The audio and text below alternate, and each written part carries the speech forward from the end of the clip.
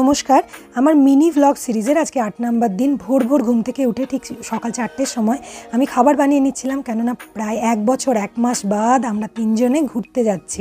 আমরা যাচ্ছি নর্থ বেঙ্গল। প্রথমে অনুপদার গাড়িতে করে আমরা বর্ধমান চলে এসেছি। সকালবেলা 8টার সময় ট্রেন, 8:52 মানে 9টায় কাঞ্চনজঙ্ঘা এক্সপ্রেসে করে আমরা যাচ্ছি। তো ট্রেনে উঠেই প্রথমে ঝালমুড়ি, তারপর চা খেতে খেতে বাইরের দৃশ্য দেখতে দেখতে আমাদের খুব খিদে পেয়ে গেছিলো। তাই জন্য আমি বাড়ি থেকে যে খাবারগুলো করে নিয়ে এনেছিলাম, মটর পনির, মটর পোলাও, তার সাথে আলুর পরোটা, সেগুলো দিয়ে লাঞ্চটা সেরে নিলাম। তারপর 6:17 আমরা এনজিপিতে নেমে পড়েছি। এখন আমরা উঠে যাচ্ছি দার্জিলিংয়ে। আমরা কিন্তু অন্যবার স্টে করে যাই এনজিপিতে, কিন্তু এবার উঠে যাচ্ছি। তোমাদের কি বলবো, আমি কখনো এর আগে এইভাবে পাহাড়ে উঠিনি রাত্রেবেলা। এত সুন্দর দৃশ্য, এটা ওপর থেকে শিলিগুড়ি শহরটা দারুণ দেখতে লাগছিল।